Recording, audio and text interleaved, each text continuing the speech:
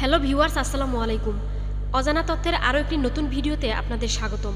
আজকে আমরা জানব পৃথিবীর সবচেয়ে বুদ্ধিমান গাছ অ্যাকাসিয়া গাছ সম্পর্কে।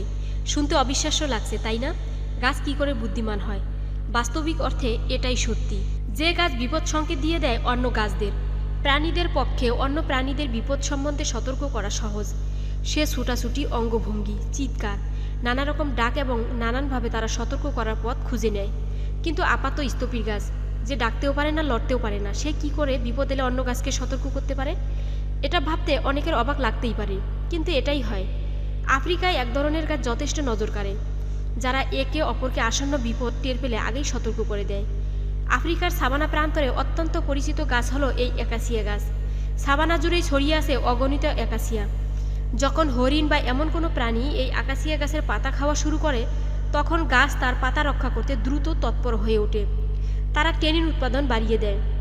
টেনিন এমন এক বিষাক্ত পদার্থ যা গাছটি উৎপাদন বাড়িয়ে দিলে হরিণ বা এ ধরনের তৃণভোজী প্রাণীরা এর থেকে দূরে চলে যায়। কোনো আকাশিয়া গাছে হানা হলে সে নিজেকে রক্ষা করতে যেমন টেনিন উৎপাদন বাড়ায়, তেমনি আশপাশের অন্য আকাশিয়া গাছকে সতর্ক করতে শুরু করে যে তারাও এবার আক্রমণের মুখে পড়তে পারে। কিভাবে সতর্ক করে?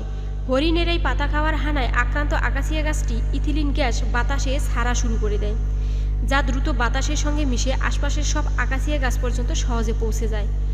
এই গ্যাস অন্য আকাশিয়া গাছের সংস্পর্শে এলে সেই গাছ বুঝে যায় যে বিপদ আসন্ন, তাই বিপদ আসার আগেই তারা তখন টেনিন উৎপাদন বাড়িয়ে দেয়।